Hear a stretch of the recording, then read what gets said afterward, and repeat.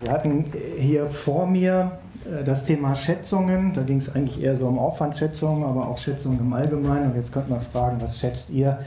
Woran sterben Produkte im Allgemeinen? Das müssen wir nicht schätzen. Ein neues Wort, was ich gerade gelernt habe, ist eine Wissung.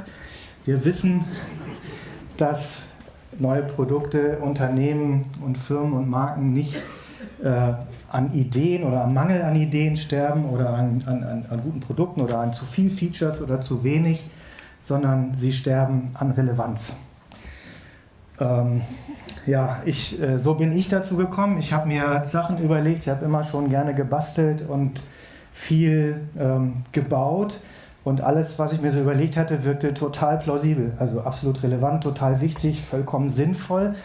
Das Gemeine war, dass die doofen Kunden nicht bereit waren, mir jedes Mal ihr Geld dafür zu geben.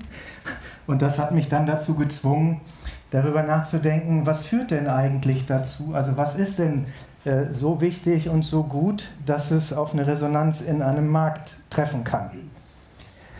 Ja, und so bin ich dann relativ früh zu Jobs to be done gekommen. 2006, nahezu 19 Jahre jetzt ist das etwa her.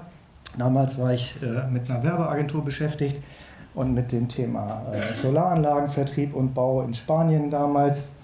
Und habe dann angefangen, weil die Kunden das nicht so kaufen wollten, wie ich mir das gedacht hatte, mir zu überlegen, woran liegt das denn eigentlich, und habe dann begonnen, jede Menge Werkzeuge, Tools zu entwickeln und dieses Framework weiterzuentwickeln. Am Ende könnte man sagen, ich helfe euch dabei, Unternehmen dabei, Menschen dabei, Produkte zu bauen, die andere Menschen gerne haben wollen und einen hohen Wert darin sehen. Und das zu erkennen und sich zu eigen zu machen, das durfte ich inzwischen für weit mehr als 700 Unternehmen in unterschiedlichsten Branchen machen, von Software bis Hardware, von Industrie, von One-Man, One-Woman-Show bis hin zu Konzernen, von Beratung bis sonst was. Und das Gute ist, es gibt eigentlich für diese Methodik, für diese Herangehensweise keine Grenzen, keine Beschränkungen, wo ich feststellen konnte, okay, da funktioniert es nicht. Und es hilft definitiv dabei, das Problem ein klein wenig zu reduzieren. Vielleicht kennt ihr das ja. Auch das hatten wir eben mit den Features, die keiner braucht. Das Ding ist aus unserer Sicht hochrelevant. Auch das ist keine Schätzung, auch das ist eine Wissung. Die meisten Unternehmen, und das betrifft alle, durch alle Branchen, B2B, B2C, Start-ups, etablierte Unternehmen, und völlig egal, ob in Deutschland, Europa oder weltweit, scheitern genau an dem Punkt. Wir haben das gerade letzte Woche nochmal neu zusammengefasst in einem Report, wo wir die ganzen Studien aktuell dazu nochmal analysiert haben und geguckt haben, stimmt das immer noch? Und wer mag, kann sich das da runterladen. Das sind Links, ihr müsst keine E-Mail-Adresse angeben, nichts, ihr kommt damit direkt auf die Datei, das sind 8 Seiten. Wen es in der Tiefe interessiert, kann das gerne machen. Es kommen im Laufe der Präsentation noch ein paar mehr QR-Codes zu weiterführenden Infos und Dokumentationen. Ja, das ist natürlich insofern relevant. Warum sterben Unternehmen daran oder ganze Produkte? Wenn man sich mal überlegt, wie Geschäft funktioniert, dann sind Kunden die einzigen Menschen auf der ganzen Welt, die Geld in ein Unternehmen reintragen und da lassen. Alle anderen tragen das raus. Ihr, die in diesen Unternehmen arbeitet, die Kapitalgeber bringen das erst rein, hinterher nehmen sie mehr wieder raus, als sie mitgebracht haben. Das heißt, wenn wir am Kunden vorbei entwickeln, haben wir ein Riesenproblem. Früher oder später ist es nur eine Frage von Zeit und Kontostand, die wir haben, um ausrechnen zu können, wann das Ganze zu Ende geht. Und Jobs to be done oder Innovation mit Jobs to be done könnte man auch übersetzen, ist eine Herangehensweise, die dabei hilft, relevante Probleme oder Kundenprobleme zu identifizieren und sichtbar besser zu lösen als andere, als eure Wettbewerber, das zu machen. Und wenn man jetzt mal Kundensicht und Anbietersicht gegenüberstellt, dann ist das, was ihr erwarten dürft, wie das aus Kundensicht aussieht, im besten aller Fälle. Das ist eine Zahl, die Alexander Osterwalder 2018 ermittelt hat und recherchiert hat für sein Buch, damals neu rausgekommen, The Invincible Company, wo sie die erfolgreichsten Acceleratoren Europas untersucht haben. Und dabei kam raus, wenn wir 250 Projekte mit guten Ideen, die alle auch Research gemacht hatten. Alle waren hochgradig selektiert, jeweils mit $100.000 Invest finanzieren, dass sie die umsetzen. Dann kommen dabei 162 nicht durch, das heißt, die schaffen es nicht, die 100.000 wieder einzuspielen. 87 kommen mit Ach und Krach auf einen Return on Invest, dass sie plus minus null wieder raus sind. Und 1 bleibt am Ende übrig, was einen Return on Invest größer 20x schafft, um alle anderen dann so ein bisschen quer mitzufinanzieren. Und das Ganze läuft dann am Ende auf 10% Rendite hinaus, was aus Corporate-Sicht okay ist. Die M&A-Abteilungen sind damit happy. 10% reicht, um die Inflation gerade zu schlagen. Für euch als Entwickler und als die, die für so ein Produkt verantwortlich sind, müsst ihr aber da sicherstellen, dass ihr das eine Ding seid, was durchkommt. Und das ist nur der allerbeste Fall. Wir haben aus der Praxis Erfahrungen in deutlich größeren Zahlen. Die Realität sieht eigentlich noch viel schlechter aus. Ja, was macht man jetzt dagegen? Dieser schlaue Mann soll ja mal gesagt haben, naja gut, also wenn es ein großes Problem gibt, beispielsweise die Welt geht unter, ich habe eine Stunde Zeit, dann nehme ich mir eben 55 Minuten von dieser Stunde, um das Problem bis auf den Grund zu verstehen, und anschließend ist ja klar, wird die Lösung offensichtlich, dann ist es einfach. So, was müssen wir machen, wenn wir ein Kundenproblem verstehen wollen, was so relevant ist, dass es den Untergang unseres Unternehmens verhindern soll oder kann? Naja, wir sprechen mit denen. Das ist ja jetzt nichts Neues, daraus ergibt sich aber ein weiteres Problem. Weil das erste, oder zwei weitere Probleme. Das erste Problem ist, unser Gehirn ist nicht dafür gebaut worden, um Probleme in der Tiefe zu verstehen und uns schon gar nicht für Probleme von anderen zu interessieren. Sondern in dem Moment, wo unser Gehirn irgendwas sieht, was wie ein Problem aussieht, hat es sofort eine Lösung. Jetzt haben wir gerade 80 Millionen USA-Experten in Deutschland, seit dieser Sicherheitskonferenz spätestens.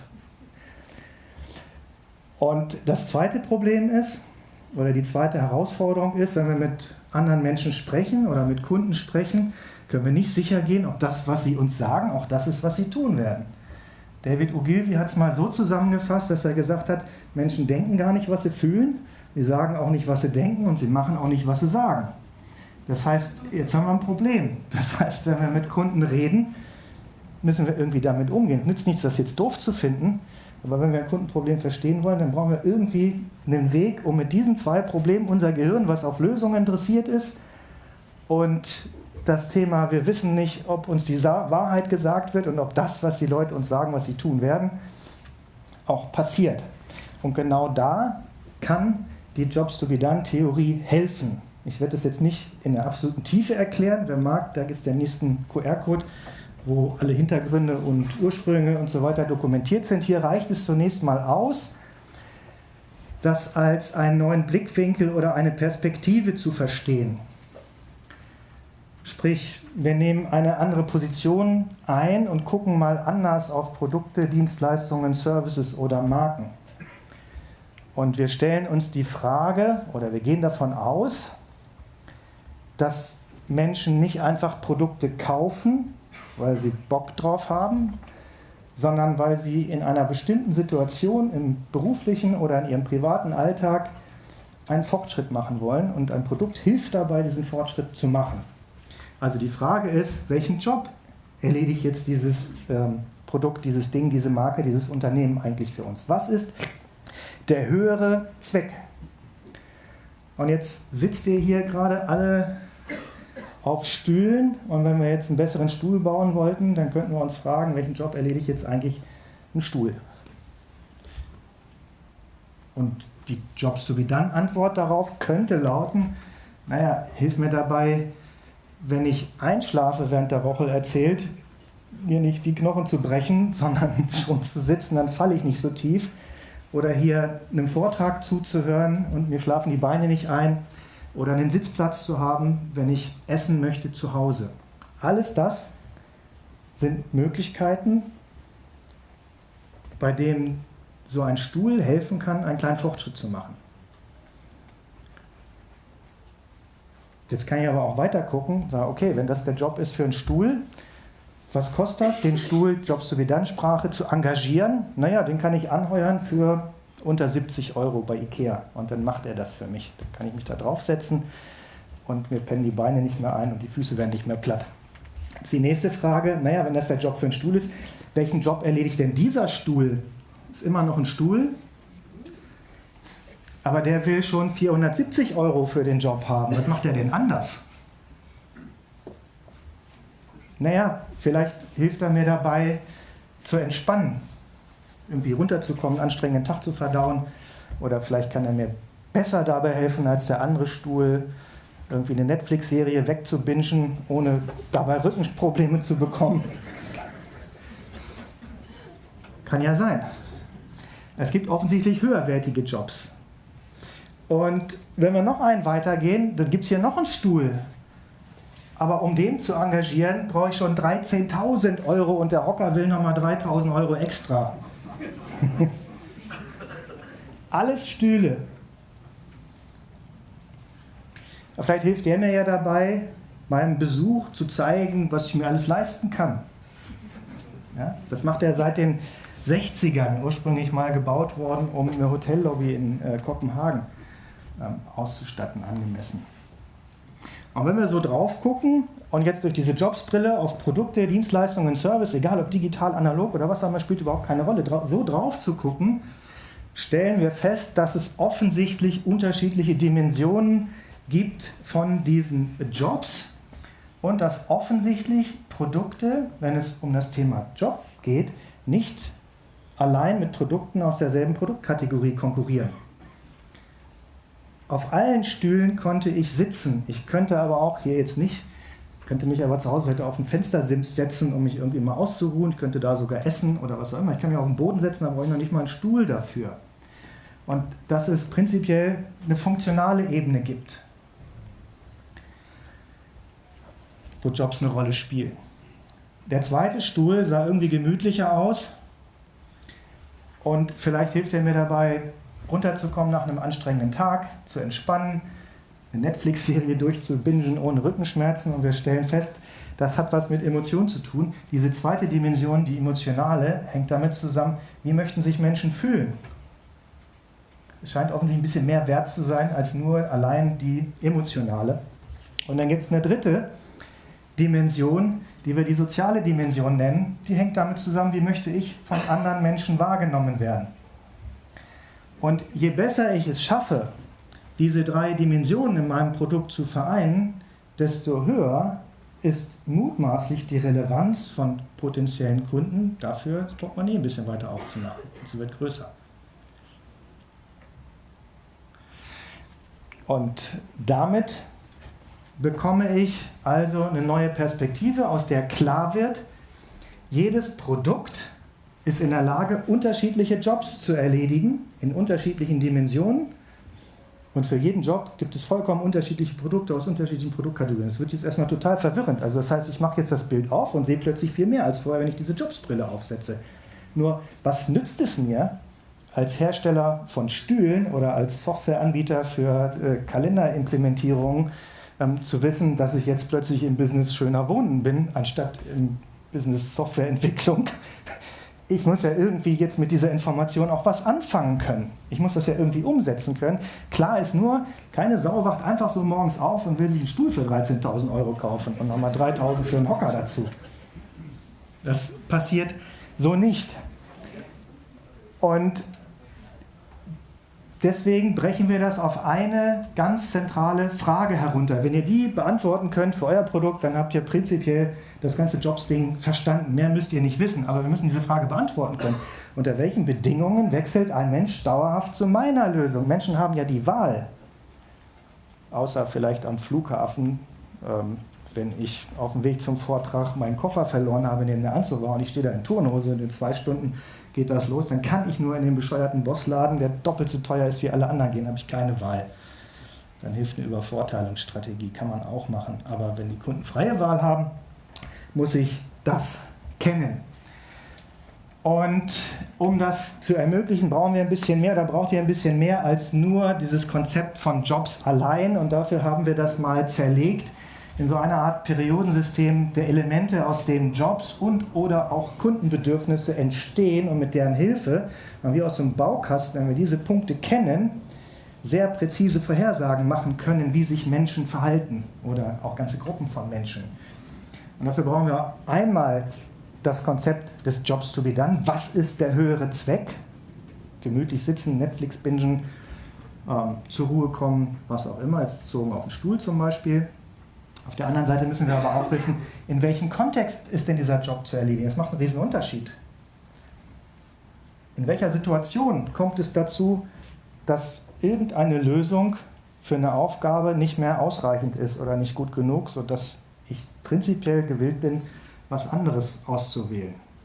Dafür ist limitierender Kontext ganz wichtig. Dann haben wir die Elemente der Lösungen. Eine Lösung kann ein anderes Produkt sein, aus der gleichen, aus einer anderen Produktkategorie. Es kann aber auch eine Art von Verhalten sein. Ich habe ja gesagt, bei dem Stuhl nur sitzen, kann ich mich auch auf den Fußboden setzen. Ich kann auch stehen bleiben. Das ist auch eine Lösung für einen Job. Das mag aus Anbietersicht von, weiß nicht, vielleicht Vitra, die können das vielleicht doof finden, sagen, das ist überhaupt gar keine gute Lösung. Unsere Stühle sind alle viel besser, sehen auch schicker aus.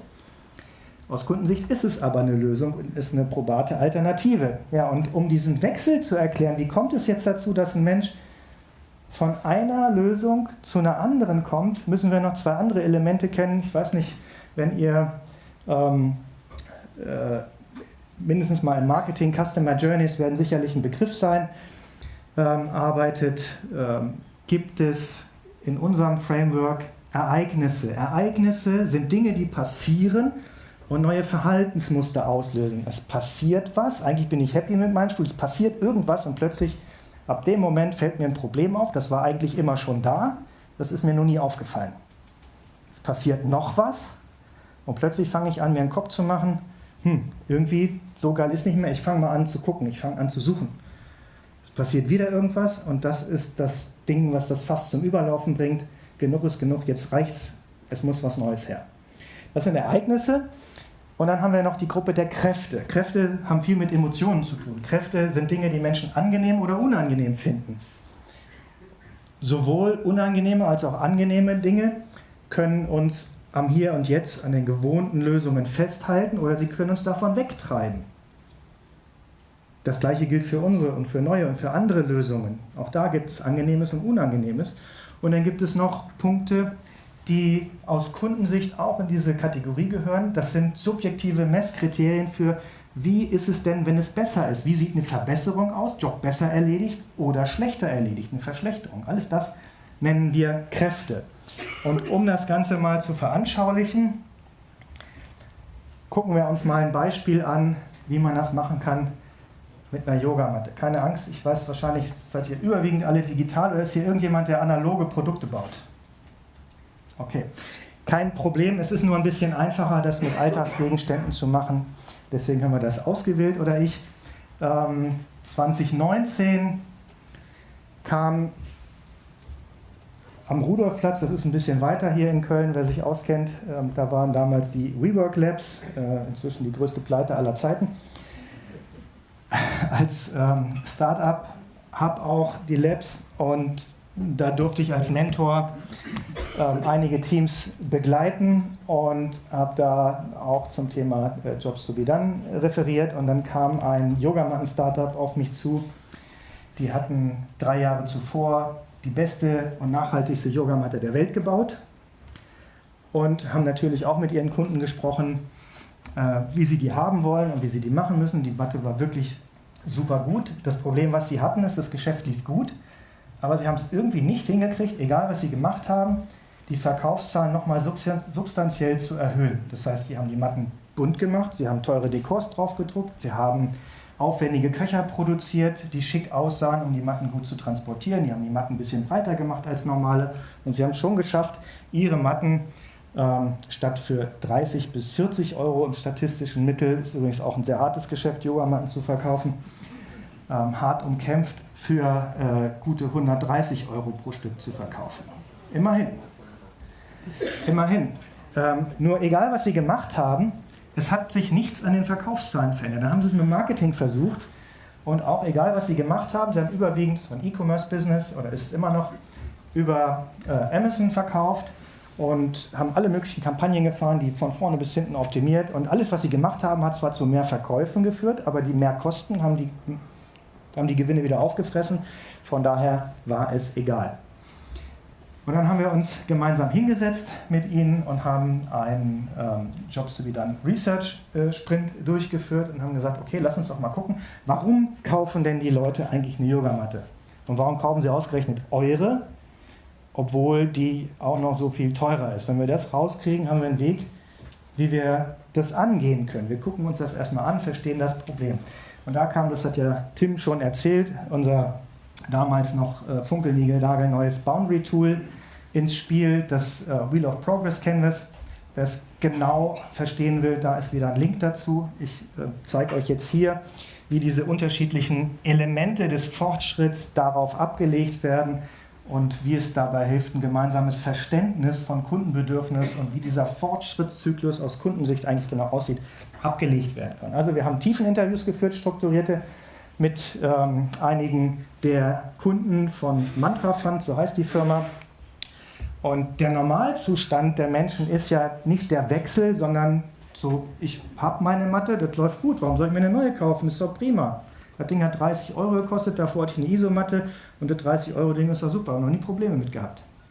Was muss also passieren, damit ein Mensch sich eine Matte für 130 Euro kauft? So, das erste Ereignis, das sind die blauen jetzt hier, die aus diesem Verharrungszustand eine passive Beobachtungsphase einleiten, so heißt das bei uns. Das heißt, Kunde kauft nicht, ihm fallen nur plötzlich Sachen auf, Dinge an der alten Yogamatte, die irgendwie nicht mehr okay sind.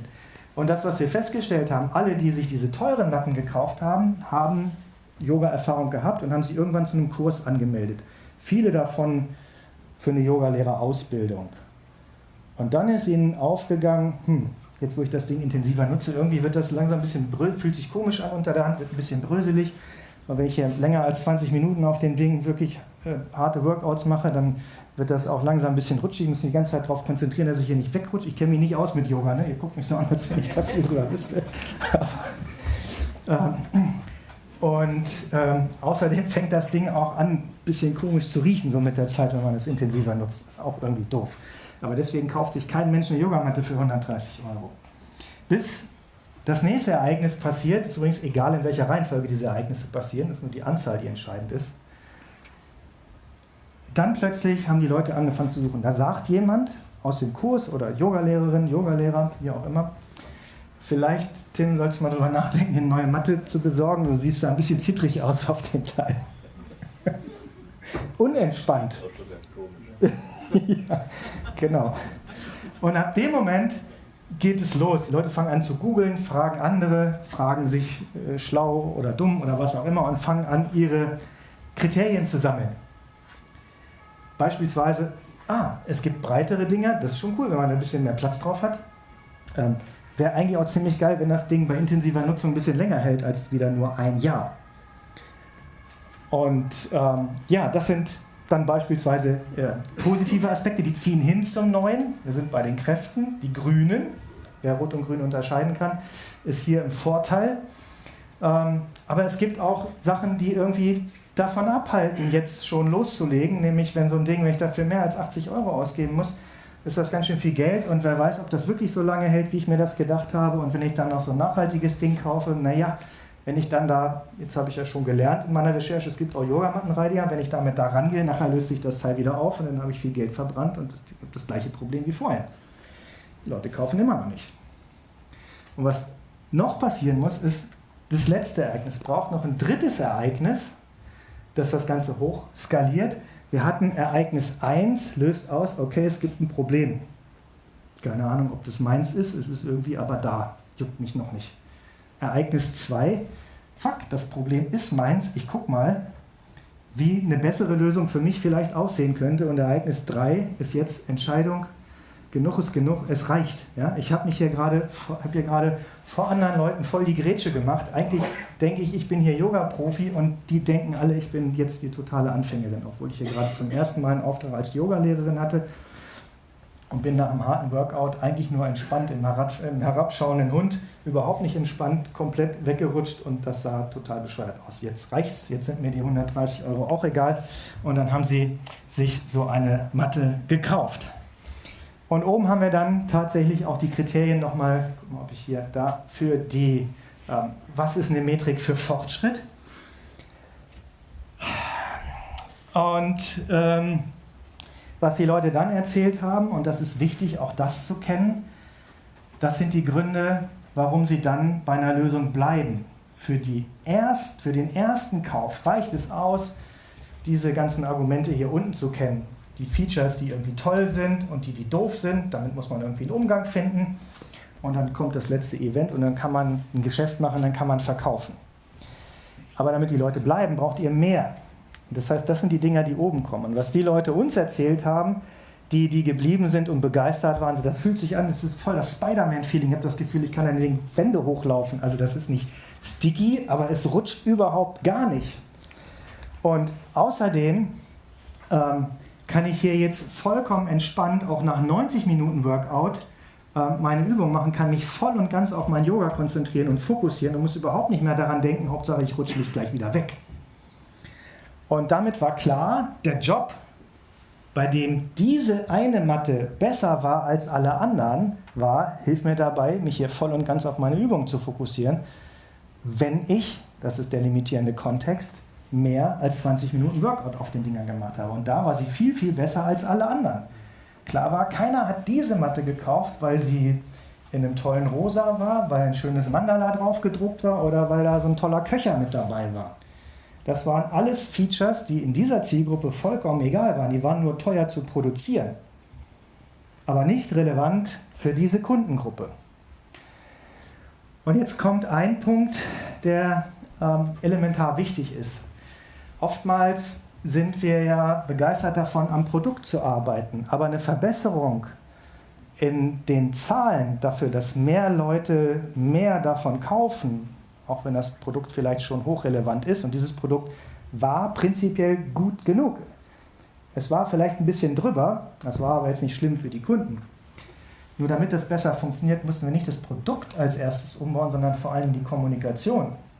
Und das heißt, wenn ihr ein Produkt baut, was sich auch besser verkaufen soll, dann könnt ihr, gerade aus Business-Perspektive, müsst ihr unbedingt Produkt, Marketing und Vertrieb am Stück denken. Wenn ihr das separiert voneinander, wird es höchstwahrscheinlich nicht funktionieren. Das ist jetzt hier, was ihr hier seht, ist jetzt ein Tool, was da im Haus hilft, ein gemeinsames Verständnis davon zu haben, worum geht es hier eigentlich wirklich, an welcher Stelle, worin müssen wir besser sein als andere. Klar war auch, das Thema Nachhaltigkeit hat die zwar irgendwie interessiert, aber deswegen hat das Ding keiner für 150 € gekauft oder 130. Ja? Das hat man schön mitgenommen, das ist eine gute Geschichte, die man hinterher weitererzählen kann. Passt zu dem ganzen Yoga-Lifestyle, dass das jetzt nicht umweltschädlich ist und so, aber dafür 100 € extra ausgeben? Nee, auf keinen Fall.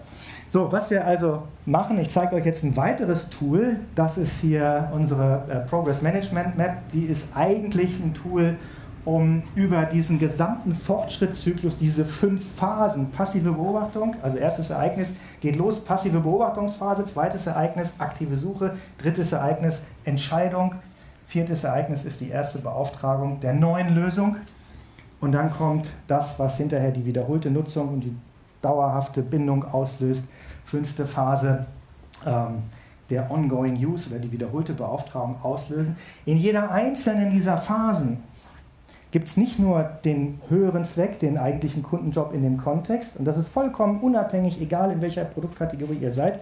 Es gibt bei jedem Produkt exakt diese selben 5 Phasenjobs, die es zu erledigen gibt, die aus Kundensicht da sind und die aus Business-Sicht da sind, die sich mehr oder weniger gegenüberstehen in jeder einzelnen Phase. Das heißt, in dieser ersten Phase will der Kunde nicht wissen, was ihr für ein tolles Produkt habt. Der interessiert sich erstmal dafür, was ist eigentlich mein Problem? Betrifft mich das? Wie kann ich das besser verstehen? Hilft mir dabei, mein Problem besser zu verstehen? Der interessiert sich nicht für eure scheiß Yogamatte.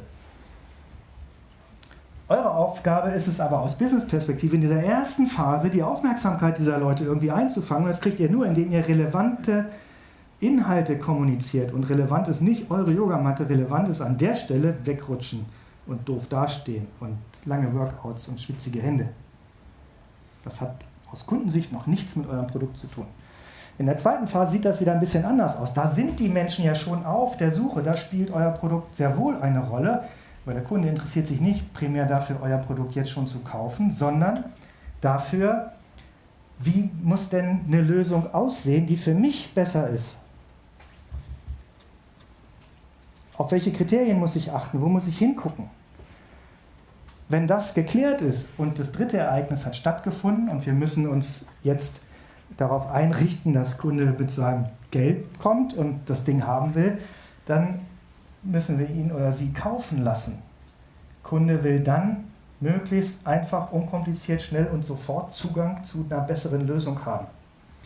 Und das sind so, diese zwei Phasen sind sehr, sehr häufig in der digitalen Produktentwicklung, gerade bei Plattformunternehmen und Co., wo man eigentlich gar nicht wirklich so ein richtig echtes Produkt vielleicht baut, sondern nur ein Feature, ist das ganz häufig genau die zentrale Stelle, wo es sich lohnt, darauf zu fokussieren und da mal zu gucken. Wir hatten gerade letztes Jahr ein Projekt mit einem der größten Stromanbieter, Wechselanbieterportale in Deutschland, die auch festgestellt haben, eigentlich erledigen die gar keinen wirklichen echten Job, sondern sind nur in diesen zwei Phasen da unterwegs. Und da muss man wissen, was ist der größere Kontext und was ist der kleine Kontext an der Stelle. Was ist jetzt Fortschritt für Kunden an dieser einen Stelle und insgesamt? Ja, und um das dann zu beackern, haben wir auf dem Wheel of Progress mit diesen Daten, wenn ihr diese Datenstruktur nutzt und das separiert in Jobs, Lösungen, limitierender Kontext, Kräfte, Ereignisse, dann habt ihr die Möglichkeit, hier jetzt genau für jede einzelne Phase präzise, je nachdem, woran ihr gerade arbeitet, eine bessere Lösung zu bauen. Und ihr habt genau die Kundenanforderungen, die für diese einzelne Phase jeweils relevant sind. Sei es, ihr wollt mehr abverkaufen, sei es, ihr wollt mehr Aufmerksamkeit, sei es, ihr wollt die Kunden begeistern, wenn sie das Produkt haben. Und an jeder einzelnen Phase müsst ihr wissen, was muss ins Produkt rein, was kann ich versprechen, was ist die Kundensprache. Und damit habt ihr eine Möglichkeit, eure Backlogs sauber zu kriegen, festzustellen, welche von den 80 Features, die ihr drin habt, sind genau die beiden, für die es die höchste Bereitschaft gibt, Geld auszugeben, und welche 78 kann ich auch weglassen. Erstmal oder weiter nach hinten schieben. Das ist das nächste Tool, das dann ermöglicht, genau mit diesen Elementen das gegenüberzustellen und wirklich diese Rohdaten phasengenau abzuleiten, abzubilden und ganz konkret in der kreativen Arbeitsphase genau darauf basiert, entsprechende Lösungen zu entwickeln. Sei es direkt am Produkt, sei es in der Kommunikation, sei es im Vertrieb oder auch in der Unternehmensstrategie. Da gibt es eine sehr detaillierte Anleitung dazu, wie das funktioniert. Da steht das auch alles drin mit den Phasenjobs. Ja, vorher, nachher, wie war das jetzt, wie ist das ausgegangen mit den Yogamatten? Hier haben wir zunächst die Kommunikation umgestellt. Weg von Nachhaltigkeit vorne hin zu Spider-Man-Feeling. Wenn ihr seht, was das da für eine Pose ist, kann man sich vorstellen, dass das blöd ist mit rutschigen Händen und sich nicht cool anfühlt. Wer das genau sich nochmal angucken mag, kann sich hier die Case Study dazu runterladen. Wir haben es damit geschafft, die Verkäufe zu verfünffachen. Jetzt Schätzfrage bezogen auf den Vortrag vor mir. Was glaubt ihr, wie lange hat das gedauert? Von wir starten das Projekt mit einem kurzen Kick-Off bis hin zu umgesetzt, implementiert, Kommunikation umgestellt und Verkäufe haben sich verfünffacht? 8 Monate. Gut. Keine 2 Wochen. Keine 2 Wochen. Hierzu sei zu sagen, günstige Rahmenbedingungen, weil super kleines Team, Startup können alles entscheiden, dürfen alles entscheiden, wollen alles entscheiden. Und wir sind da sehr hemdsärmlich, voll stripped down rein und sind mit 6 tiefen Interviews durchgekommen durch die ganze Nummer, bis wir alles hatten, was wir brauchen. Und die Umstellungen im Marketing waren sehr einfach, weil wir plötzlich ein Keyword-Set hatten, was in Kundensprache relevant war und konnten damit komplett am Wettbewerb vorbeifahren. Das heißt, wir haben die Kosten für die Conversion auf Amazon halbiert und haben die Conversion zum Verkauf hin vervierfacht. Und konnten dann auch noch damit direkt den Traffic auf die eigene Website ziehen. Hier haben wir ein Beispiel aus dem Tech-Bereich, ein IT-Security-Unternehmen, inzwischen war ein Systemhaus, dem haben wir dabei geholfen, komplett in den IT-Security-Markt einzusteigen. Das ist ein australisches Unternehmen mit Sitz in Sydney. Das hat 1,5 Jahre gedauert, von der Idee vom Kickoff hin bis zur Marktführerschaft in Australien im Bereich Cyber Security. Das ist ein B2B-Beispiel aus dem Bereich. Ja, und ich glaube, Tim, du guckst schon auf die Uhr, ich muss zum Ende kommen. Ne? Damit sind wir nahezu durch. Es gibt weitere Tools, wahrscheinlich kennt ihr alle die Business Model Canvas, die in diesem ganzen Framework eine Rolle spielt, wo man diese Daten auch 1:1 direkt so einspielen kann, nicht mehr kein Guesswork mehr, sondern wirklich mit evidenten, belastbaren Daten, mit qualitativen Daten reingehen kann, und wer ganze Portfolios damit managen will, kann das auch machen. Das nächste Meetup, wer hier in Köln ist, sei herzlich eingeladen, am 15. bei Rewe Digital zu Gast. Ich weiß nicht, ist jemand von Rewe Digital hier? Nein. Keine Kosten dafür, ist kostenfrei, kann jeder mitmachen. Da sind wir immer dabei, mit Tools und Praxis rumzuspielen, zu experimentieren und zeigen Projekte, die wir damit machen. Ja, und am Ende kann man sagen, wenn man das einmal gesehen hat, auch das mit den Yogamatten, ja, hinterher ist immer einfach.